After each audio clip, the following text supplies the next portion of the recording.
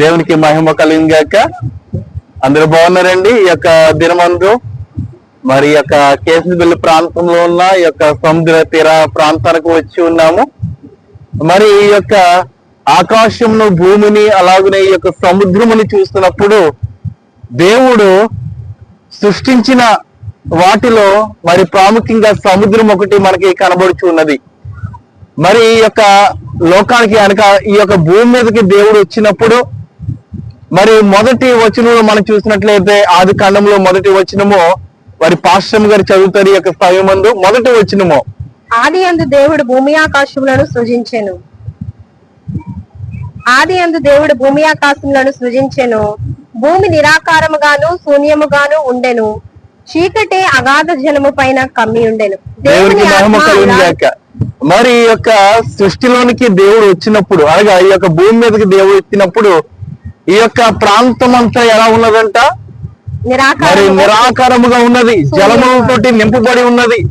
అయితే ఈ యొక్క జలములంతయు మరి భూమి మీద ఉన్నప్పుడు మరి దేవుని యొక్క మాటను కూడా ఈ యొక్క సముద్రము విన్నట్లుగా మనం చూస్తూ ఉన్నాం. మరి ఒక చోటకి ఈ యొక్క సముద్రము వెళ్ళమన్నా వెంటనే మరి ఒక ప్రాంతానికి వచ్చేస్తున్నది. అలాగే ఈ యొక్క ప్రాంతాన్ని మనం చూసినట్లయితే ఈ యొక్క సముద్రము ఒక ప్రాంతానికి వచ్చేస్తున్నది. దేవుని యొక్క మాటను ఈ యొక్క సముద్రం విన్నది. దేవునికి స్తోత్రము కలుగుగాక. మరి ఇక్కడ మరి 8 నుంచి 9 వచనాలు కూడా మనం చదివినట్లయితే చక్కటి వాక్యాలు మనకు కనబడుచున్నాయి. దేవుడు ఆకాశము క్రిందనున్న జలము ఒక చోటనే కూర్చబడి ఆరి నేల కనబడును గాక అని పలుకగా ఆ ప్రకారం ఆయను. దేవుడు ఆరిన నేలకు భూమి అని పేరు పెట్టెను. జలరాశికి ఆయన సముద్రం అని పేరు పెట్టెను. దేవునికి స్తోత్రము కలుగుగాక.